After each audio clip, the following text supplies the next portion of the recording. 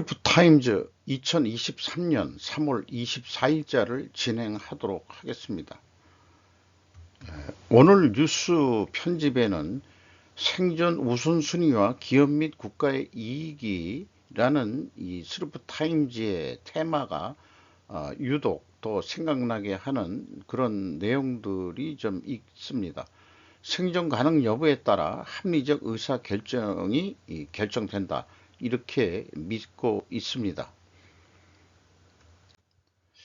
이런 생각을 해 봤어요. 경험을 통해서 미래를 예측할 수 있을까? 역사를 통해서 미래를 예측할 수 있을까? 좀 더 너무 좀 크게 나갔는데, 그런데 역사를 이해하는데도 역사를 보는 관점에 따라 다르다고 합니다. 저도 뭐 역사 공부는 했습니다만은 학창 시절 때 배운 역사 가지고는 그 제대로 역사 인식을 우리가 하고 있는 건지 없는 건지 그것도 요즘 들어서는 자신이 없고요. 따라서 현실의 경험도 관점에 따라 현실을 이해가 다를 수 있다라고도 생각을 하게 됩니다. 이 서로는 거창했지만 제가 시장 순댓국집에 가봤는데 열에 아홉은 늑다리들입니다. 저처럼 소주 한잔 하면서 대화하는 소리가 듣고 싶어서 들은 게 아니고 바로 옆좌석에 두 분이 앉아가지고 저 얘기 하면서 소주 한 잔을 걸치고 머릿고기를 안주로 놓고서 뭐 많은 얘기들을 하는데 대부분 자기들의 과거 얘기, 경험담의 리피트를 반복할 뿐이에요. 사실 저도 술 한잔 먹으면 그 버릇이 있습니다. 한 얘기 또 하고 한 얘기 또 하고. 제 옛날에 부하 직원이 그런 얘기를 했습니다. 아니 저기 그 얘기 벌써 한 10번 이상 들었어요. 그래? 나는 처음 하는 것 같이 생각이 들어서 얘기하는데 벌써 10번을 얘기했냐? 저도 그렇게 꼰대가 돼가고 있습니다. 네. 자신의 경험을 통해 미래를 얘기하는 사람들은 별로 없는 것 같습니다. 물론 그 경험이란 것은 한계가 있겠죠. 자기 이 생활해왔던 우리나라가 그 고령화 사회가 돼가면서 당구장 같은 데도 이제 이 실버 당구장이라고 명명해서 싸게 해가지고 낮 시간에는 노인네들을 수용하는 곳으로 그렇게 당구장의 성격이 변해 가기도 합니다. 저도 가끔 일주일에 한 번 친구들을 만나서 당구 치는 재미로 또 살아가는 맛도 있어요. 자, 그거는 그렇고 문제는 미래를 얘기하자면 사실 현실 분석도 뭔가 나름대로 관점으로 분석할 필요가 있지 않겠느냐. 그런데 현실을 어떻게 분석하고 해석해 낼 수 있어야 미래 예측을 비로소 언급할 수준이 될 것이다. 이런 생각을 해보게 됩니다. 그러니까 과거 얘기만 계속 한다고 그러면은 현실 분석을 제대로 안 하고 어, 그 현실을 그냥 보고 싶은 대로만 그죠? 자기의 그 과거 경험에 의해서 보고 싶은 대로만 보고 새롭게 보려는 그런 마음들이 이 나이가 먹을수록 꼰대가 될수록 늑다리가 될수록 그런 계속 배우겠다는 그런 마음들이 있는 것 같진 않습니다. 그래서 제 나름대로 이런 방송을 하는 이유도 항상 뭔가 새롭게 느껴보고 배우고자 하는 그런 자세를 좀 가지고 있는 거죠.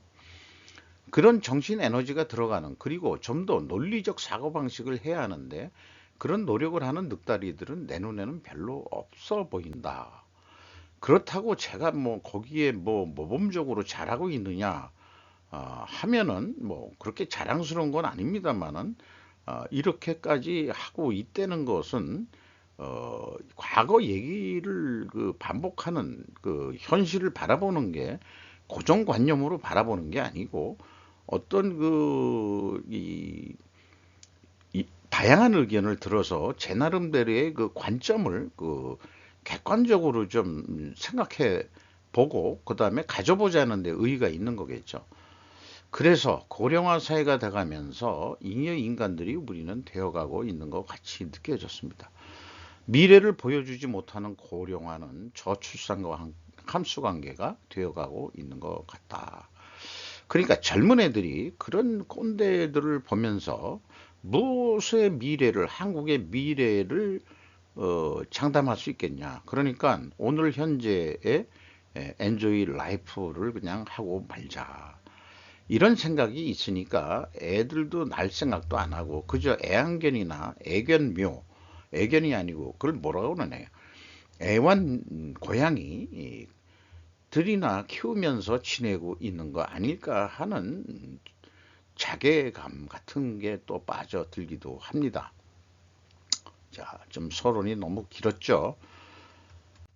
어, 연준 금리 0.25%포인트 올려 5%가 됐다. 금융 시스템 불안 속에 베이비 스텝을 했다. 0.25% 올리는 건 베이비 스텝이라고 그러는 모양이에요. 많이들 아시지만은 인플레이션 잡기와 금융 안정이란 두 목표를 절충한 성격으로 풀이된다. 이렇게 표현을 하고 있습니다. 이런 것이 결국은 그 한미 간의 그 금리 역전이 우리나라가 이제 그 3.5%죠. 그러니까 1.5포인트 차이가 납니다. 일본은 안 올리고서 금리 안 올리고도 저 버틸 수 있는 저력이 도대체 뭘까?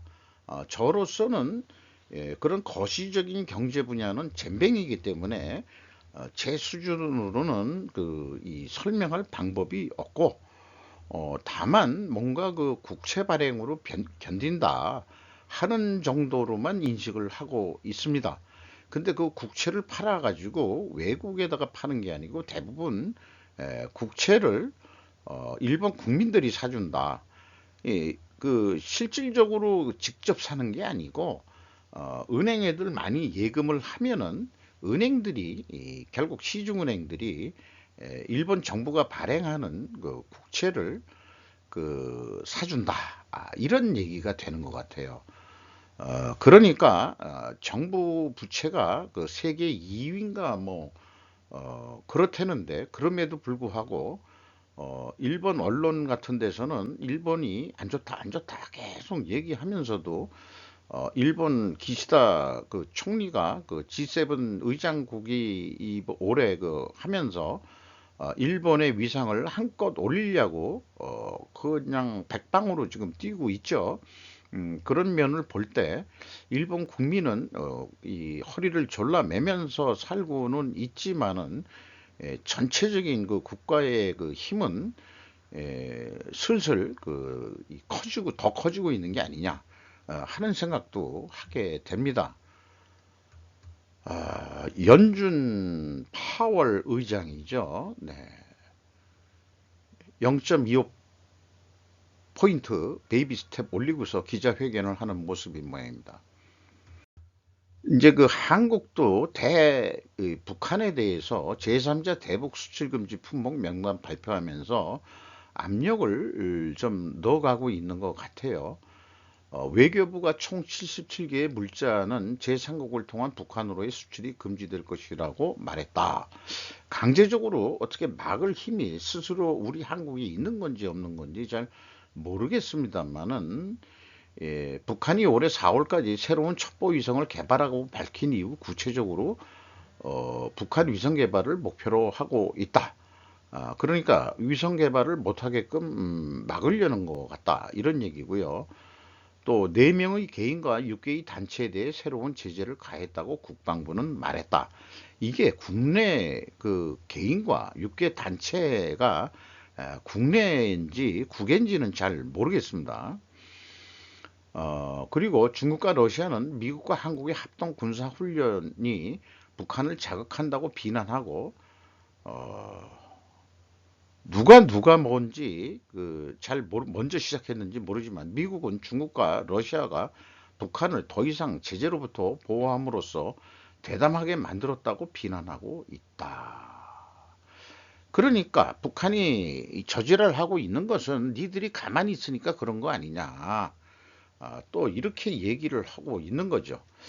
이게 평택항인 모양인데 제가 평택항은 아직 가보질 못한 것 같아요. 이 나이 들어서. 이런 이 다리가 놓여 있는 부두에서 어떻게 부두로 연결되는 건지 이런 데도 한번 좀 가보고 싶어서 수출입 물동량들이 이거 개인도 그냥 들어갈 수 있는 데인지 어떤지 잘 모르겠습니다만은 견학이라도 한번 가보고 싶은 생각이 드네요.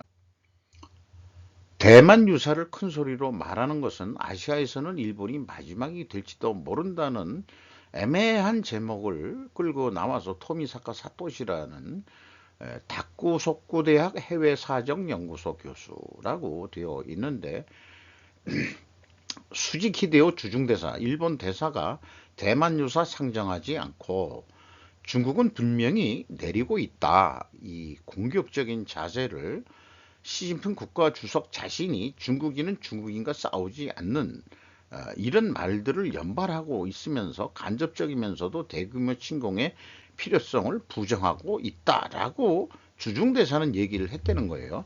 요컨대 대만에서의 습정권의 흐름은 분명히 유화로 향하고 있는 것이다. 우리가 남이가 같은 중국인들 아니가, 이런 쪽으로 생각한다는 얘기인데, 일반 서구 언론에서 얘기하는 거하고는 반대 의견이 나오고 있는 거죠. 대만 사람들이 감정도 일정하지 않고 또 어떤 제기된 의미론이 있는데, 결국 우크라이나 문제를 떠올리면서 미국은 떠오르는 중국을 견제하기 위해 양안 대립을 이용하는 것 아니냐. 양안이라는 게 이제 중국과 대만을 얘기하는 거죠. 그래서 대만 국민들 스스로가 우리가 장기판에 말로 쓰이고 있는 거 아니냐. 스스로 말로 쓰인다고 한다면은 말이면은 대단한 기마부대인데, 내 생각에는 절로 쓰이고 있는 거 아니냐라고 그렇게 극단적으로 비하를 해야 또 자존심을 불러일으킬 거 아닌가 하는 생각도 있습니다만은, 만화 상이면은 더 뭐 좋죠. 좋은데, 말을 잘 써야 이 장기판을 이긴다 하는 말이 있지 않습니까? 그럼 말로 쓰이면은 오히려 잘 된 거 아닌가? 그지? 대만 스스로가 중국하고 직접적으로 이 말하면은 싸움을 어, 이 칼싸움을 할 수 있는 그런 입장은 아닐 거 아니에요. 그런데도 이제 이런 여론이 있는 거 아니냐라고 은근히 부추기면서 우크라이나가 만신창이가 되는 것을 봐라. 미국이 직접 참전하지도 않고 뒤에서 총알을 보급하는 거는 식 아니냐라는 식으로 유도해 가고 있습니다. 이거 중국 친중 발언인 것 같아요. 아시아의 번영은 전쟁에서 얻을 수 없다. 즉 예견할 수 앞으로 중국이 무력으로 대만을 통일하는 것을 예상하지 않고라는 수직 대사의 발언은 전곡을 찌른 지적이라는 것이다. 라고 객관화식으로 얘기를 풀어 나가고 있는데, 결국 친중 주중 대사나 발언한 거나 이 발언한 내용을 가지고 마치 객관적인 것처럼 말을 전하는 식의 토미사카 사토시라는 그 무슨 사정연구소 교수라는데, 이 친구도 좀 뭐 약간 그 현재 그 일본 그 국가 정부의 행보에 대해서 조금 다른 의견을 얘기하는 것 같습니다. 어, 또 그런 류의 얘기들이 유사하게 지금 또 좀 힘을 얻는 그런 기사들이 동양경제라는 데서 역사적인 엔저가 나타내는 일본의 국력 약화의 심각, 국력이 약화된다 이렇게 얘기하면서 1달러 151엔까지 이르렀다. 자, 이렇게까지 떨어진 적이 있는데, 약세는 일본의 국력 약화를 반영하고 있다. 이렇게 이제 얘기를 하고, 뭐 고령화, 그 다음에 연금, 보험, 뭐 이런 거 했을 때 1960년대만 하더라도 그 고령자 대 젊은 애들의 그 비율이 11대 1이었는데, 일꾼이 10명이나 더 있었다. 노인네보다는. 그때는 충분히 돈을 댈 수 있었는데 지금은 조만간 1대 1이 돼가지고 아주 젊은이 한 사람을 노인네를 먹여 살려야 되는 그런 상황이 돼서야 일본이 제대로 그 힘을 쓸 수 있겠느냐 하는 내용이죠. 빈자 소인으로 갈수록 위험을 취하기 어려워진다. 그러니까 에, 소인이 될수록 리스크 테이크, 위험 감수를 안 하게 되는 거니까 일본의 그 잃어버린 30년이라는 게 위험 감수를 안 하기 때문에 그리고 어떻게 버틸려니까 이런 30년이 지나지 않았느냐. 뭐 이런 얘기의 의미인 것 같아요.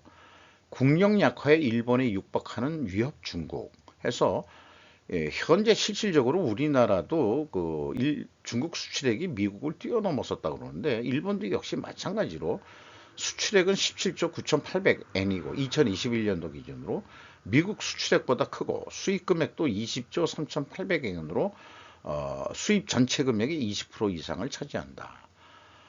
그리고 수입에 관해서는 24%로 그 전체의 약 4분의 1을 차지하는 약 1할의 미국의 2배 이상의 숫자이다.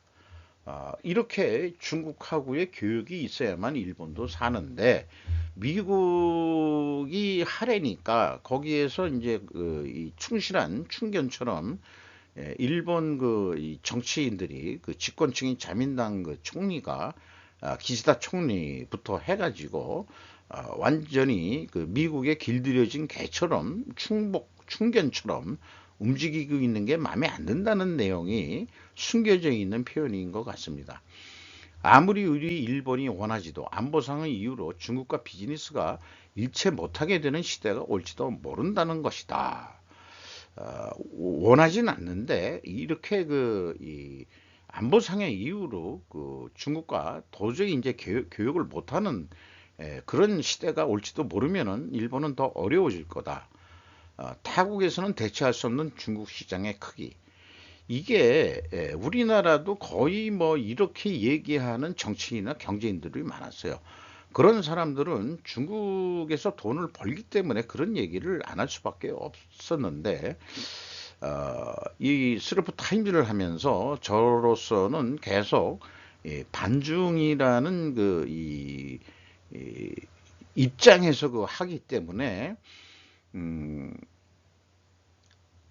그렇게 지금 대중을 통해 가지고 대중국 교육을 통해서 돈을 벌고 계신 분들한테는 미안한 얘기지만은 시장을 딴 데 돌리셔야 될 겁니다. 라고 얘기를 하고 싶은 거죠.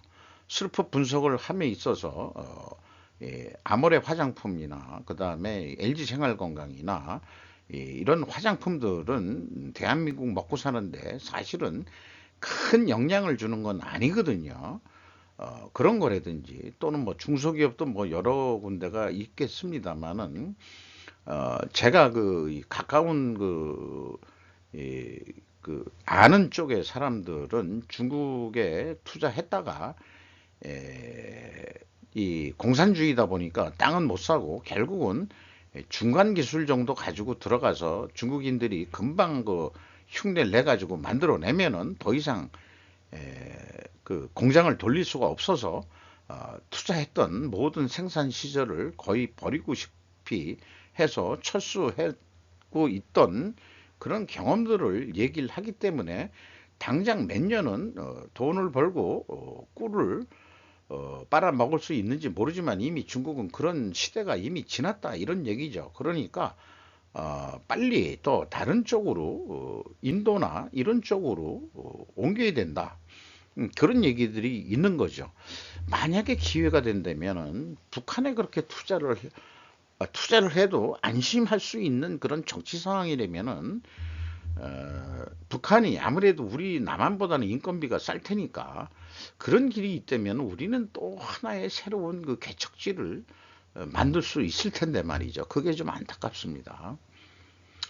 지정학 운운하지만 일본에도 양다리 걸치기 엘리트들은 다수가 있는 것 같다. 이런 느낌입니다. 미국 병사의 범죄는 재판할 수 없는 일본을 완전히 법치국가 붕괴 상태로 했다. 야바 너무 두 개에 밀려. 근데 야바라는 말이 이제 인공지능이 어떻게 번역을 못하는 모양이에요. 야바. 보통 우리말로는 야바이 뭐 그런데 야바가 이게 너무라고도 해석이 되는데 그 그 그 너무 심하다 할 때 딴 말이 없으니까 우리가 농담 삼아 개그맨들이 얘기할 때 예, 해도 너무 한다 이런 식으로 이제 너무 자를 저 길게 말해서 이런 그 접두사가 붙은 야바 너무하다, 야바, 꽤 너무하다, 무척 너무하다, 뭐 이런 뜻 아닐까 이렇게 생각을 해봅니다. 한번 찾아봐야 되는데 귀찮아가지고 귀찮은 게 아니고 저건 그건 변명입니다만은 그냥 야바로 그냥 저는 이식을 헐랩니다. 그냥 국가의 미력 뒷면 매뉴얼에 운영되는 게 뭔가 있다 이게요. 네. 그래서 미국 관계자가 일본법에 의해서 재판받지 않기 위한 재판권이 있고 미군이 일본 국토 전체를 자유롭게 사용하기 위한 기지권 여기에서 출발을 하는데 체포하면 바로 미군에게 인도해야 된다.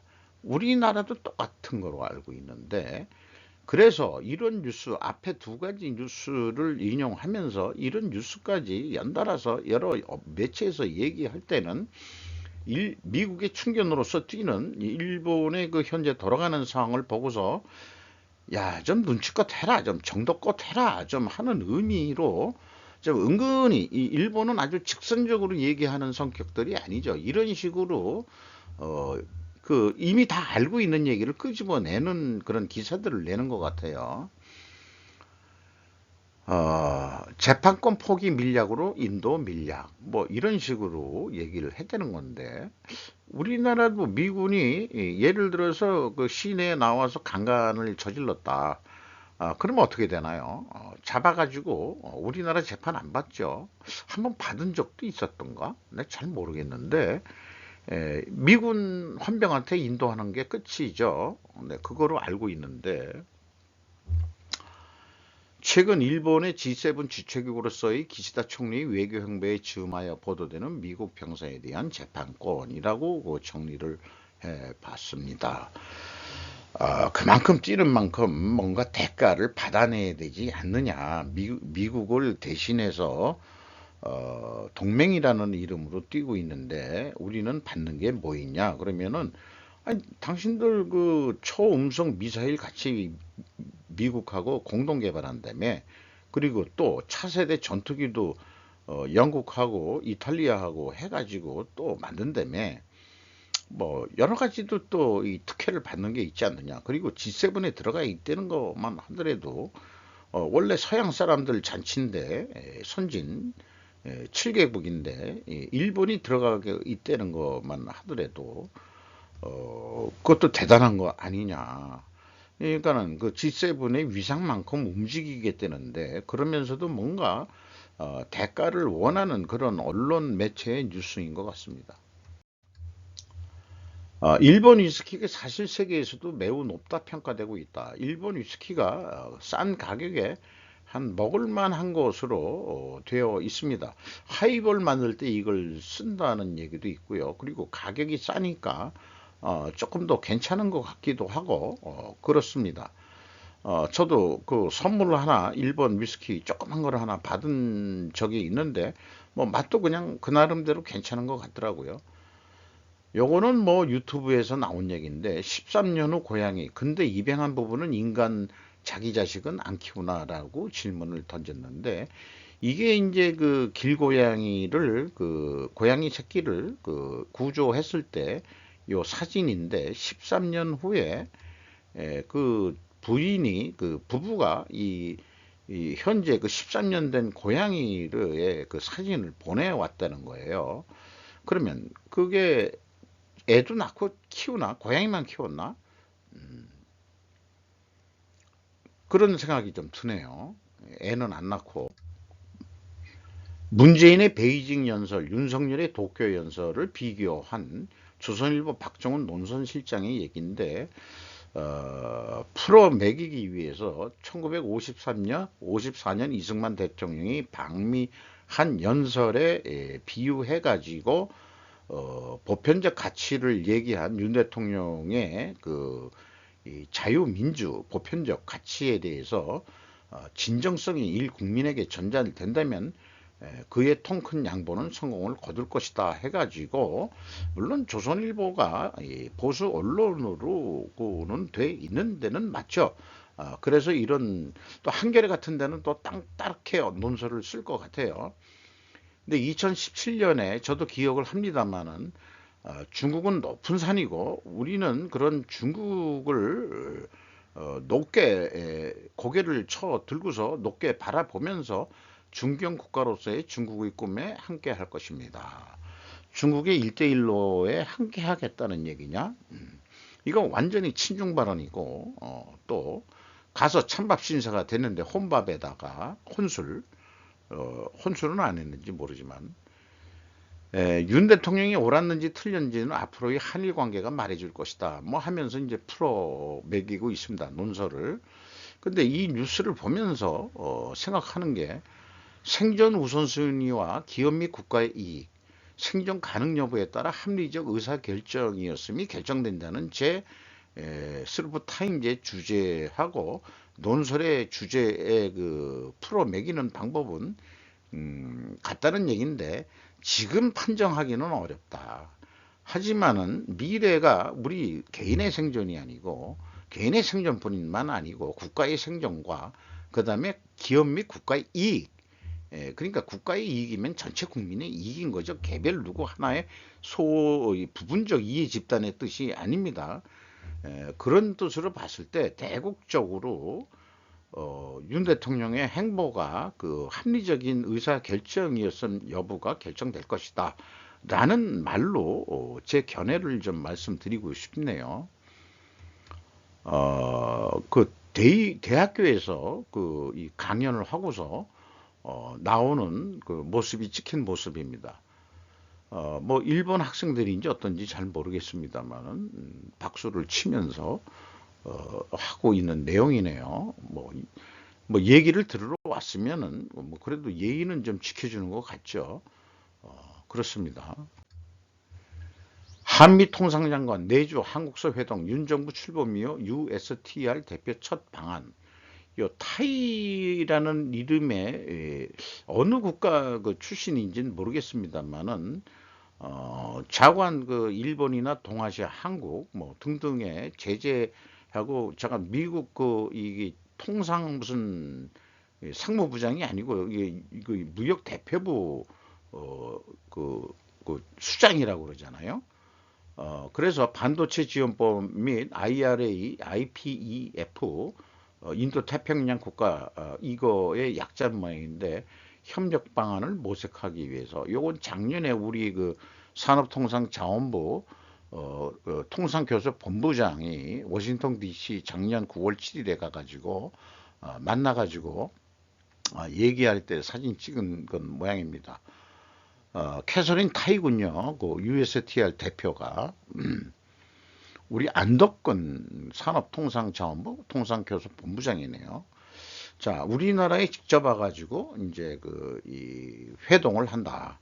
어떤 얘기가 오갈진 모르지만 상무부에서도 그 어떤 가드레일을 다 그 발표한 입장이니까 더 구체적으로 한미 그 무역 관계에서 서로 간에 윈윈할 수 있는 그런 내용들이 조금 거론되기를 희망합니다. 그런데 인도 태평양 전략에서는 중국을 영향력을 그 제어하는 거지만은 공급망, 청정경제, 공정경제 분야의 협정문 협상이 진행 중이다. 자, 청정경제, 그 다음에 공정경제. 이게 전부 다 ESG 범위 내에서 움직이고 있는 것 같다. 이런 생각이 또 좀 들어가네요. 이 ESG는 국제금융자본이 밀어붙이고 있는 주제라고 할 수 있겠습니다. 그래서 그 여기에 다들 그 자유롭지가 못하니까 국제금융자본의 그 입김이 거기에도 미국도 영향을 받고 유럽도 다 영향을 받고 그러니까 아시아의 인도 태평양에서도 그런 ES적인 거를 해 나가는데 아마 이 말하자면 개발도상국이나 뭐 이런 데는 그런 데 가서 얘기하면은 아마 그 개발도상국에서는 이런 얘기 할 거예요. 말 같지도 않은 얘기 하지 마세요. 지금 당장 먹고 살기가 급급한데 무슨 ESG이고 나발이고 하라는 얘기요. 제가 그 환경심사원 교육을 받고 우리나라의 환경 시스템 도입을 할 때 그 심사원 자격증도 따고 또 좀 심사 활동도 좀 은퇴 전에 좀 해본 적이 있습니다만은 싱가포르 쪽인가 어디 그 대표가 와서 국내에서 뭔가 말하자면은 그 회의를 할 때 직접 그 질문하는 그 내용을 들은 적이 있는데요. 환경 시스템 자체도 중진국 정도한테 요구하는 것도 너무 무리한 얘기 아니냐. 너희들은 이미 선진국이 돼가지고 가스를 줄여라. 그 다음에 환경 보호를 해라. 얘기하지만은 한창 지금 개발도상국, 제 인도도 마찬가지죠. 전번에 쓰레기 태가지고 악취라든가 이런 거에 의해서 외출을 자제하라는 뉴스까지 나왔는데 우리나라는 난지도에다 계속 쓸어박다가 그 흙으로 메꿔놓고 그걸 하늘공원을 만들어서 거기에 메탄가스가 계속 나오니까는 그 공기가 안 좋으니까 아예 거기다 발전소를 져놓고 메탄가스를 처리를 하고 있죠. 발전까지도 하면서. 자, 요즘에 우리 서울시의 서울시 천만인하고 경기도 주민이 쏟아내는 생활 쓰레기들이 어디에 되냐면은 인천 지역 어디 가면 김포에서 쭉 연결돼서 어디 가보면은 인천 어디 지역에 계속 난지도보다도 수십 배 큰 거기다가 계속 매립을 하고 있다는 거 아닙니까? 이런 것도 있는 거고 그렇습니다만 약간 사이드로 빠진 얘기입니다만은 엑센추어가 1만 9천 명 감축. 엑센추어가 미국의 그 컨설팅 회사인 것 같은데 아마 그 전산 프로그램 이런 쪽으로 제가 기억을 하고 있거든요. 엑센추어라는 게 ERP 뭐 이런 계통으로 알고 있었는데 엑센추어라는 게 1만 9천 명이나 감축한다니까 주가가 올라간다. 그러니까 이익을 더 내기 위해서 이렇게 한다니까 팔린 만큼 팔았다. ERP 프로그램이. 그러니까 이제 이게 기술 엔지니어들, 그 기술자들, 그 IT에서도 대거 이제 사람들을 왕창왕창 잘라내는 이런 거를 그 일본 시사통신 블룸버그지를 인용해서 일본 시사통신이 보도한 내용입니다. 미국과 중국이 전쟁 나면 실은 압도적으로 죽어나는 것은 일본이란 충격적인 사실 현대 비즈니스 하면서 계속 그 엄살을 떨고 있네요. 네. 압도적으로 일본이 먼저 죽는다. 미국과 전쟁이 일어나면 가까우니까. 아니, 한국은 뭐 안전하냐? 에, 우리나라는 이런 뉴스 취급하는 데가 한 군데도 없죠. 네. 미국과 중국이 전쟁이 일어나면 실은 압도적으로 죽어나가는 것은 한국인이란 충격적인 사실. 어, 이런 뉴스가 안 나올까요? 2월 소비자 물가 3.1% 상승, 14월간 만에 성장 둔화, 총무성. 3월 물가도 계속 올라가고 있다. 뭐 이런 얘기인데 그 올라가는 폭이 조금 완화는 된 것 같다. 왜냐? 국제 에너지 가격이 조금 좀 내려가는 것 같아서 뭐 이런 식으로 하면서 매달 소비자 물가를 얘기하는데 우리나라 그 네이버의 각 신문사에서 내오는 그 얘기에 소비자 물가는 검색을 해야만이 나오는데 얘네들은 일면에 그냥 그 수시로 띄워줘요. 뭐 이런 게 말하자면 첫 화면에 띄우는 알고리즘을 소신껏 뭔가 하고 있다는 생각이 들어가는데 여기에 지질학자들이라고 돼 있는데 이게 지정학자들이라고 번역했어야 맞을 겁니다. 지정학자들이 육지에서도 바다에서도 패권을 노리는 중국을 가리키고 불렀다 뜻밖의 말 뭐 이런 식으로 해서 이제 무슨 구체적인데 제목만 유의미한 의미가 있는 것 같아가지고 1대1로가 그거죠. 뭐 육지하고 바다하고 그 지정학으로 이래 가지고 중국이 뭐 어떤 사람은 소멸할 거다 그러는데 이제 완전히 없어진다는 얘기가 아니고 중국 공산당 일당 독재 체제가 좀 무너지고 중국이 좀 뭐 미국처럼 아니 미국이 아니고 분할될 거 아니냐. 그래서 우리가 희망하는 것은 신장 위구르 독립과 티벳 그리고 또 만주도 별도 독립국이 돼야 되지 않겠냐 뭐 하는 그런 건데 그러면은 이 중국이 그 패권을 노릴 수는 없게 되겠죠. 그렇게 생각됩니다. 거기에 연이어서 생각해 볼 수 있는 게 이번에 그 시진핑이가 푸틴을 찾아가 가지고 많이 그 러시아를 지원한다고 했는데 요 속 배짱은 뭐가 있냐고 그러면은 시 부조석은 중앙아시아 국가들의 회의를 대담한 권력 경쟁의 일부로 부르며 푸틴을 무시했다. 이렇게 얘기하는데 마치 사진은 서로 등 돌리는 것처럼 그런 상황이 연출되는 그런 측면의 사진을 이런 이 비즈니스 인사이더라는 데서 잘 골라낸 것 같습니다. 어쨌든 그 중국이 뭔가 회의를 하는데 누구를 부르냐면 중앙아시아, 카자흐스탄, 키르기즈스탄, 타지키스탄, 우즈베키스탄, 이 스탄 들어가는데 이 투르크메니스탄 초청되는 여전히 불투명하다 했는데 이 투르크메니스탄이 서투르크메니스탄이라고 부른다면 동투르크메니스탄이 바로 신장 위구르거든요. 그러니까 신장 위구르를 탄압하는 입장에서 투르크메니스탄을 불렀을까? 안 불렀을까? 근데 여전히 불투명하다 하면서 원래 그 이 소련 시절에는 이 스탄들이 다 그 이 소련의 그 나발이었는데 이게 중국이 이 우크라이나 전쟁해 가지고 이제 하면서 시진핑이가 이 장기 독재를 잡으면서 러시아에 가가지고 푸틴한테 좋은 말로 해놓고 그 다음에 중앙아시아 회의하는데 자기네들이 주도적으로 이렇게 중앙아시아 국가들을 중국 편에 서도록 하는 정치 행보를 하고 있다는 것에 대해서 우리말로 얘기하면은 아니 시진핑이 푸틴의 뒤통수를 깠다. 이런 취지의 뉴스인 것 같습니다. 현대 기아차는 57만 명의 미국 소유주들에게 리콜이 완료될 때까지 밖에 주차권을 경고한다. 또 화재 뭐 이런 건데 결국 소프트웨어가 문제인 것 같아요.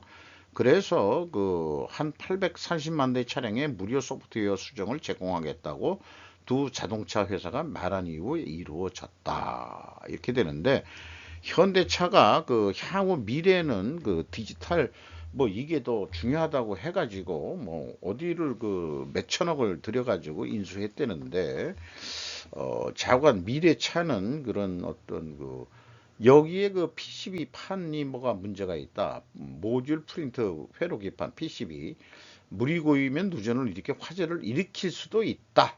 일으킬 수도 있다. 자관 뭔가 그 이 미국은 그 옛날 도요타 리콜 시킬 때만 하더라도 뭐 애매한 거 가지고 리콜을 시키거든요. 애매한 거 가지고. 그래도 그 도로교통안전청이 그러게 했대는데 만약을 위해서라도 그럴 확률이 있다면 하고 미국이 소비시장이니까 팔아먹는 입장에서는 뭔가 완벽한 걸 보여줄 수밖에 없는 거 아니냐 해서 오래간만에 현대차와 기아한테 악재인 뉴스가 또 떴습니다. 약간 길었습니다. 마치도록 하겠습니다. 감사합니다.